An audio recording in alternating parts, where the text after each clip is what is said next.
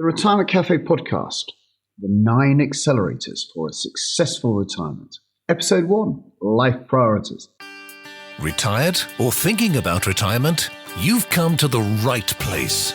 Welcome to the Retirement Cafe podcast. In each episode, we bring you an important conversation with insight, tips and knowledge, all designed to help you live a fulfilling and successful life in retirement. Here's your host, Chartered Financial Planner and Accredited Later Life Advisor, Justin King. Hello, and welcome to the latest episode of the Retirement Cafe podcast. As you may know, aside from being the host of the Retirement Cafe podcast, I'm a Chartered Financial Planner and a Certified Financial Planner. And I specialize in helping people retire successfully at my boutique, family-run, retirement planning firm, MFP Wealth Management. Over the years, I've helped well over 100 couples plan for the retirement they desire and the retirement they deserve. And during this time, we've created a clear framework for what needs to happen for our clients to be able to retire with confidence, clarity, and choice about how they spend their retirement. We call this framework our Retirement Success Program, and it contains what we call 9 accelerators. These are the areas of planning we consider with each and every client when helping them plan for their retirement.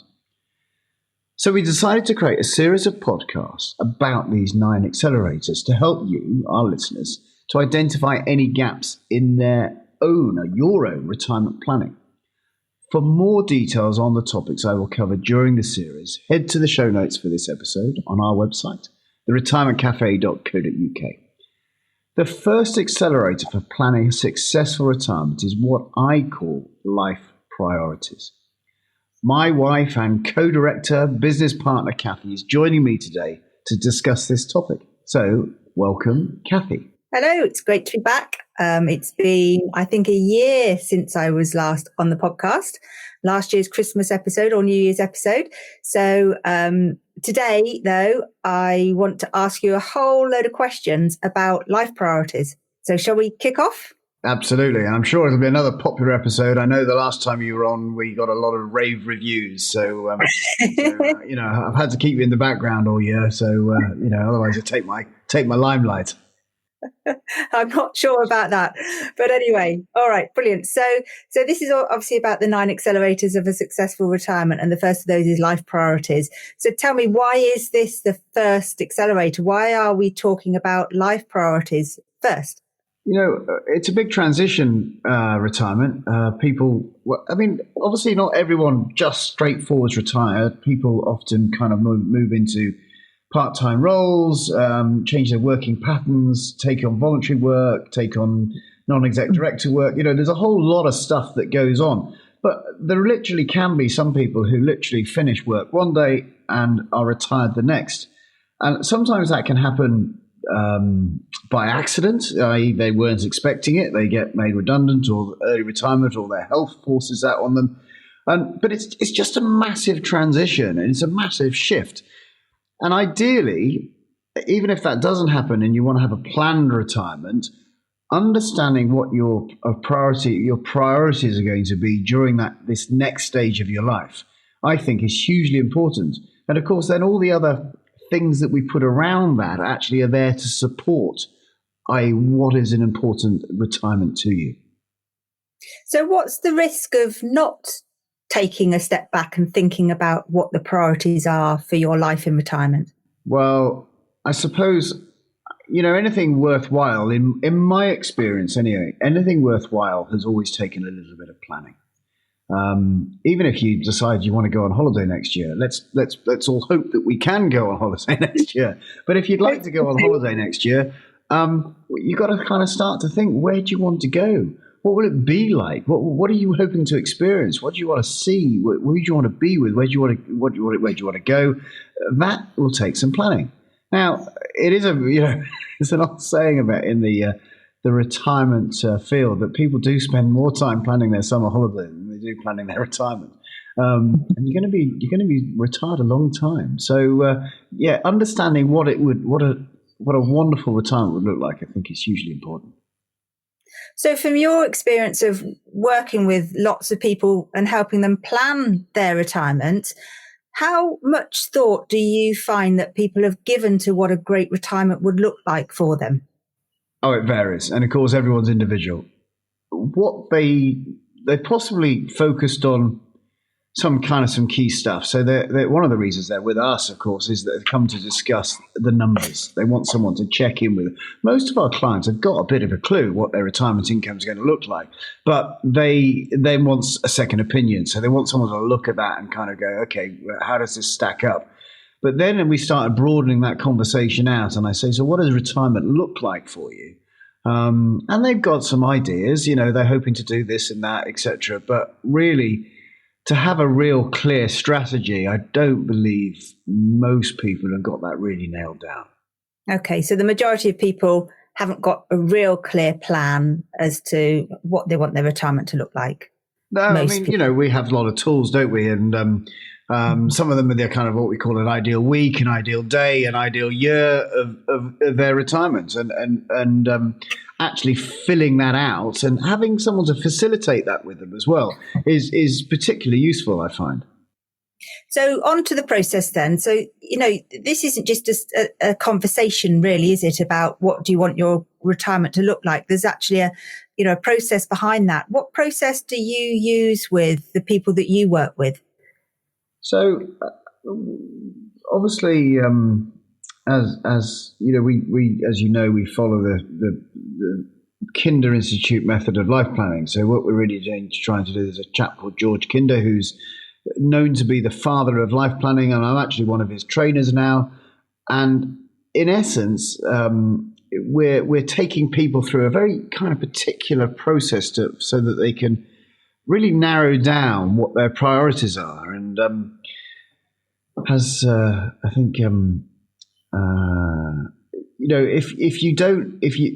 old adage again, if you don't have a plan, you'll be part of someone else's plan. So, and in fact, a number of retirees I've spoken to over the years who are feeling that they've never been so busy as they're not sure how they had time to work before. But they are doing lots of stuff which may not have been on their agenda, but all of a sudden it's everyone else's agendas. So why do you feel that the Kinder process works? Obviously, you've been using it for kind of 10 years now, haven't you? So what is it about that is so successful?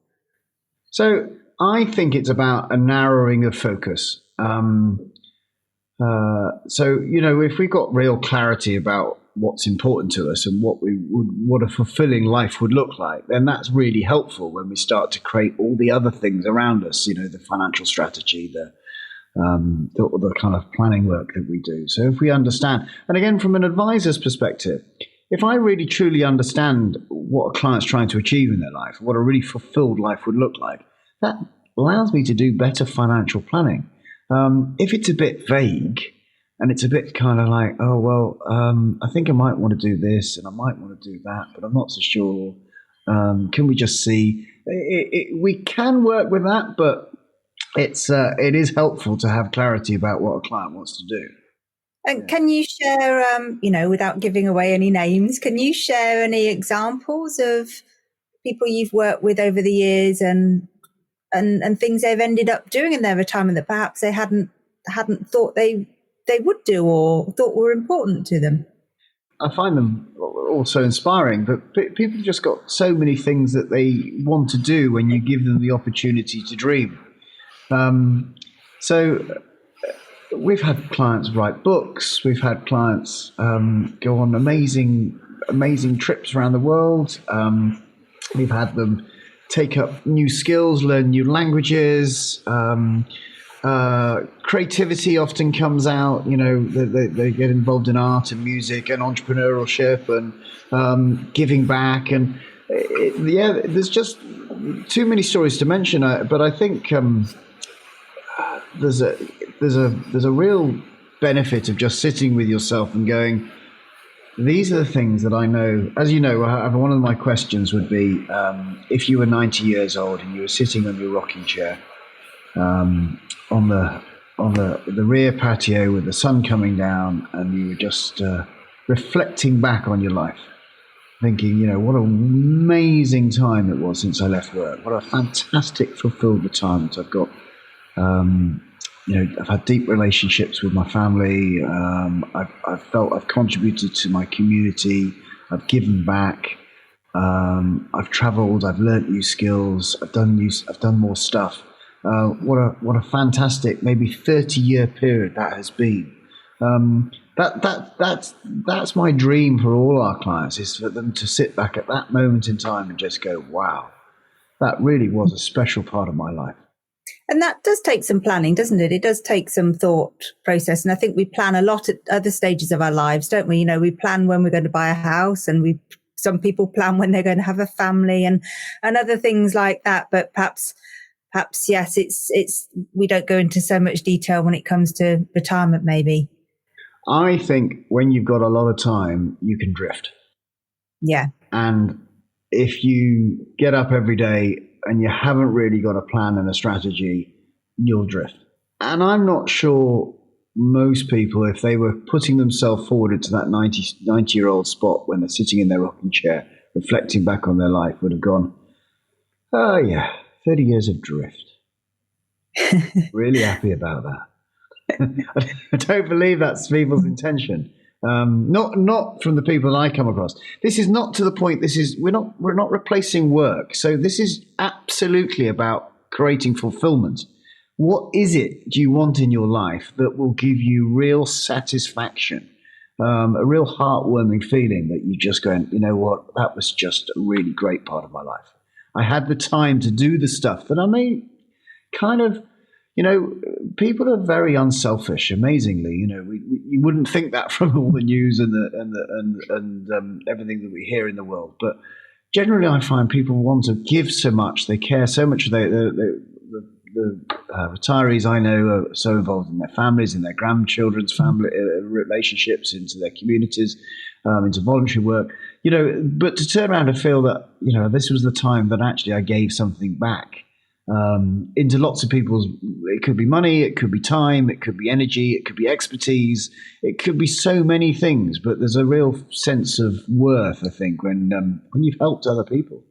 And we've had quite a few podcast episodes, haven't we, over the last couple of years of clients or other people that we know who have told their stories of retirement. And so often the giving back comes up, doesn't it, as part of fulfillment and meaning, having meaning and purpose in those years.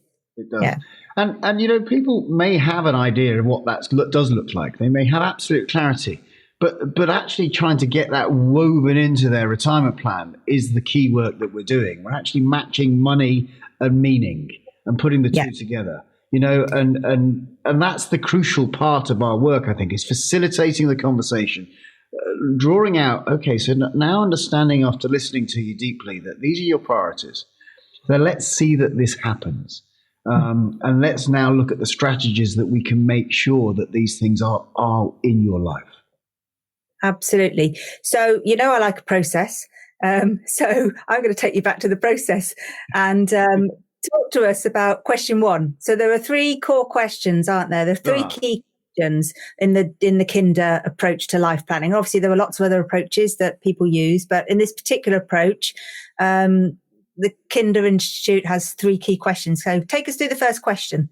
Okay, so the first question, really, I'm going to just distill it down a little bit, but the first question is that you've got as much money to live the life that you want to live. Just how to worry about it. In fact, you don't need me, right? It's off the table. You've literally got a tap in the bathroom that you can go and you can open up every day, and there's money pouring out of it, and you can do whatever you want, and it's not going to be turned off. If that was the case, how do you live your life? And I think that just allows people to expand. I know you and I have answered these questions on a regular basis, and it just allows you to kind of dream and to dream possibly without boundaries. And often, one of the biggest boundaries in our lives is the boundary created by money. So therefore, just removing that for just a few moments and just live into that dream is hugely beneficial. And people might say, and I had people say to me, yeah, well, this is just a daft question because it's not real. That doesn't, Elon Musk didn't kind of go, right, there isn't an electric car that can do this, that, everything else, etc., etc. He didn't start with that, right? It's not real. He started with, I wonder what it would be like if we had electric vehicles like this. Steve Jobs didn't kind of, sit there and go, oh, I wonder what it would, I think they just need a really boring iPhone. There you go. No, he dreamt of like a whole computer in people's pockets that could do a million things, put all the songs in their pockets, do all their communications, their emails, their apps. It's about just expanding your thought process and not starting with why we can't do stuff. Great. So that's the first question, which is kind of getting people to think more broadly, think, dream, and to just get lots of things out on the table that they've thought about, that they've considered that might be important to them. Is that right? Yeah. Okay. So then you kind of go on to the second question, which starts to narrow the focus a little bit more. It does. And this is kind of, very reflective of Stoicism and of reflecting on mortality, and I think it's kind of easier for people at retirement to start doing this because they get it. They've already lost people. So this question is about if you only had 5 to 10 years left to live and you're going to be perfectly well up until the moment of your death, how would you live your life? What would you do? Would you change anything?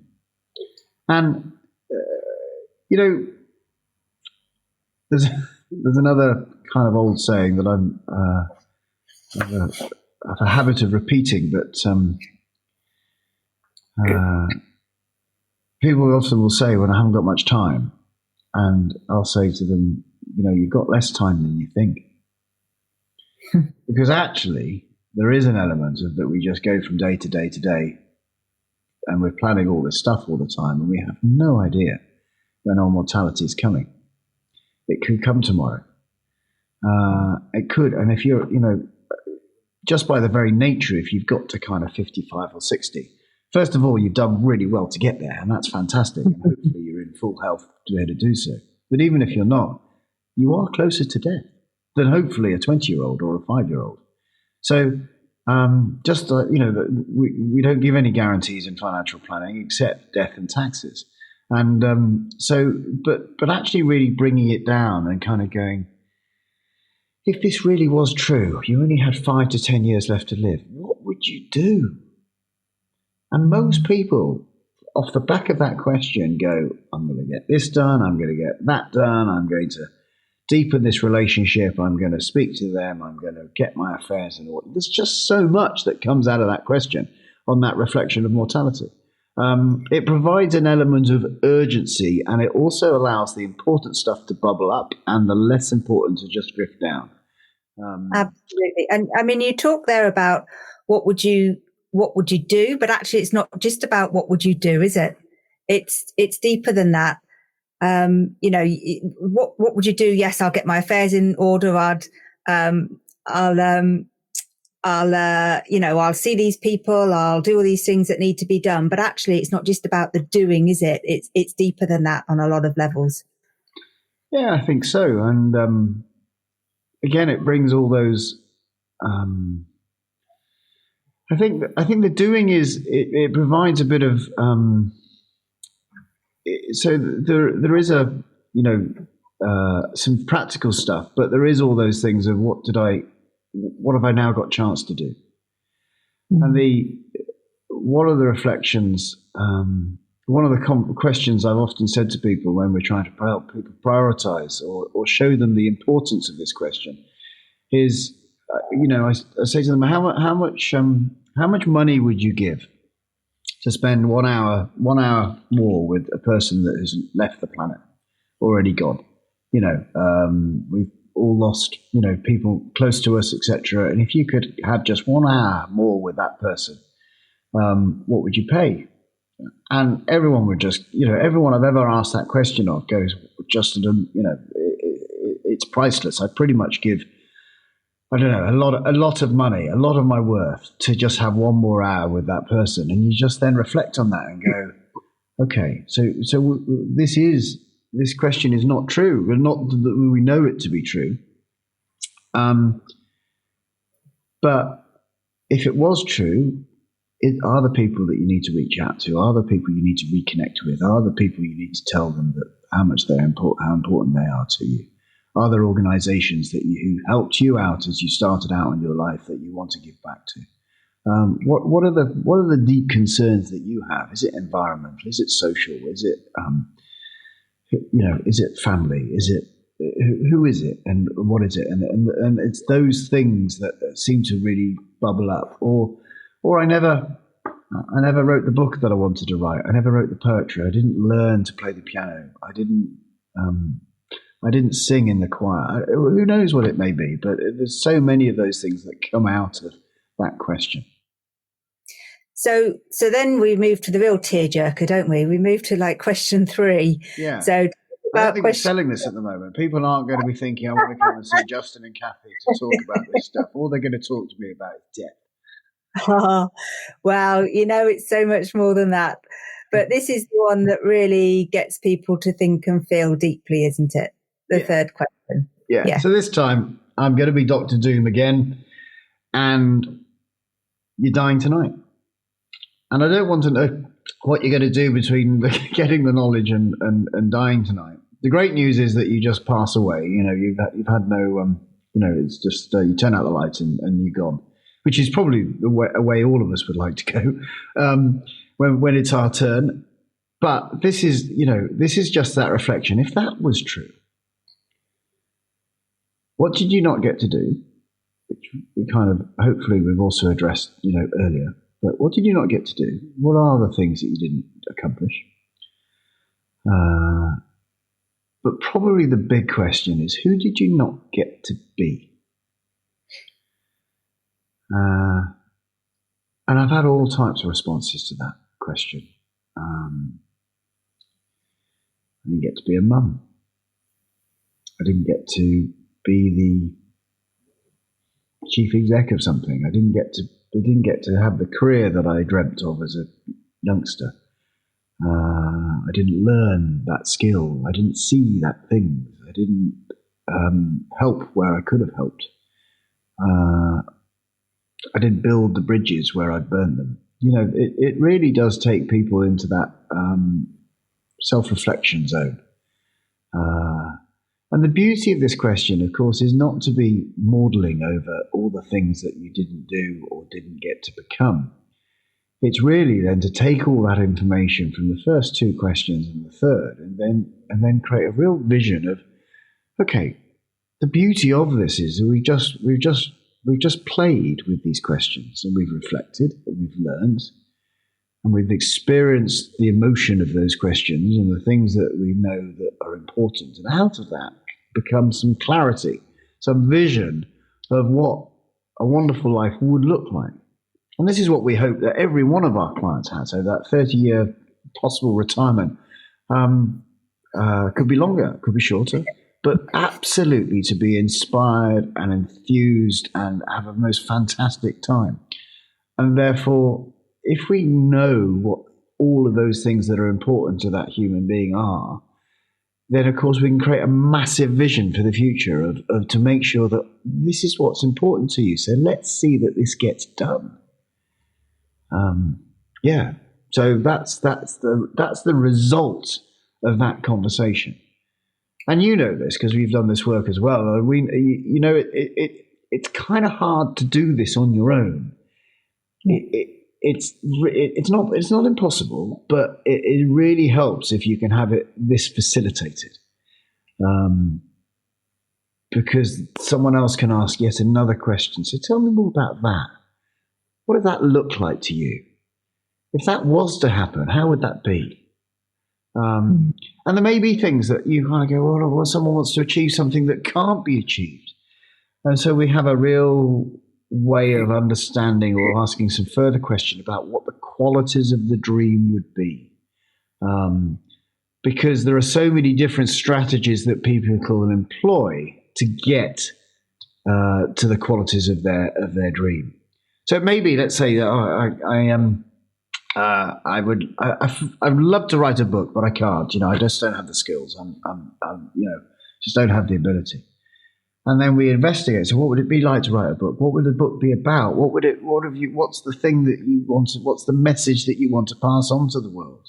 Is it a novel? Is it some factual? Is it some information that you want to leave the world with? And how could that be possible? And people come up with other ways. They get ghostwriters, or they get editors, or they get help, or they dictate, or they come up with other strategies to do that. Things that they didn't realize that they could have done. There's so many different strategies to achieve what's important to people. And that's through the facilitated conversation to make sure that they have an inspired retirement. Absolutely. And even sometimes it's even more challenging things, isn't it, that they didn't get to be. Like, I didn't get to be, not me personally, but someone may be coming up to France and say, I didn't get to be a mum. Yeah. And when you're 60, you probably can't, it's very difficult to really fulfill that dream. But again, understanding what being a mum would have delivered and how that would be and how that would feel, there are other things that can be brought into people's lives to give them that feeling and that experience, or as close as possible, aren't there? Yeah. So it's incredibly powerful in that sense. Absolutely. And so this obviously, you can see how this obviously feeds into the next stage of the work that you do with clients around on the actual planning side of things as well. Yeah, well, so once you've got a vision, we need to create a strategy to achieve that. And that strategy could be a number of different ways. That's very much depending. Very much depending on the means someone's got, the financial resources, the skills that they've got, the abilities they've got. But there are, it may be that, I don't know, it could be that I want to learn, let's say I want to learn French. Mm-hmm. Well, what are my choices of learning French? And I bet our listeners have a million different ways that I could go and learn French. It could be an app. It could be some books. It could be some private tutoring. It could be going to live in France for a year. It could be... it could be there's a French family down the road. It could be taking in French students. It could be, there must be, I bet there's so many ways that you could learn French. Mm-hmm. And so those are all strategies. But what we're really trying to understand is, what's the internal intrinsic motivation for me learning French? And if you did ask me that question, it would be like, well, I'd like to be as good as you when we went to France, because you can speak French, and that would be quite cool, rather than just relying on you all the time. Or it could be, I just want to go into a restaurant and order and converse with someone with the waiter or waitress in French. That would feel fantastic. So lots of different strategies. What we're trying to understand is why it's important. And then show that and see how different ways we can bring that into life. So your question about the being the mum thing I've had that a few times, and people have done lots of different things. We had one client who adopted. Mm-hmm. We've had clients who've fostered. We've had clients who've just got involved in schools. And then become teaching assistants and become involved in voluntary groups, and people who've joined Childline and become counsellors. There's just, it's all about what are the values that they would have thought being a mum would have given them, and then how do we get some of those qualities into their life now? Yeah, absolutely. So, you talked about how this is difficult to do on your own. Is there anything people can do on their own, or how should they go about finding somebody that could help them? Well, George Kinder has a website actually called Life Planning for You. We can put that in the show notes, so people can go through a kind of process on that is helpful. They also have the Kinder Institute have a list of financial advisors across the UK and across the world actually, who are trained in this work. So not only are they hopefully good financial planners, but they've also got these further skills to kind of match the two things. So there's a number of people that there. we've trained lots of advisors in this work on behalf of the Kinder Institute. So again, you can reach out to us and we may be able to suggest or recommend someone in your local area who can help. So yeah, there's a number of ways to try and find people who will have hopefully a more meaningful conversation about your retirement than it's just about the money. Yeah, absolutely. And so just to kind of wrap up, if you had to leave one key message with the listeners about this topic, about life priorities, what would you say? I still think it comes down to, if you don't have a plan, you'll be part of someone else's plan. And is that what you really want? This is possibly the one of the greatest opportunities of your life, when hopefully you've managed to save hard and well over a number of years. You've probably worked hard as well, and all of a sudden this is an opportunity to not have a daily grind, but actually to start doing the stuff that really fulfills you and nourishes you. So you can reflect in 30 years' time to go, wow, that was just an amazing, amazing part of my life. Brilliant. That's great. Fantastic. Well, that's this episode. All wrapped up. The next episode in the series on the 9 accelerators for a successful retirement is all about lifetime financial forecasting. So, take a listen out for that next episode. Fantastic. Well, thank you, Kathy.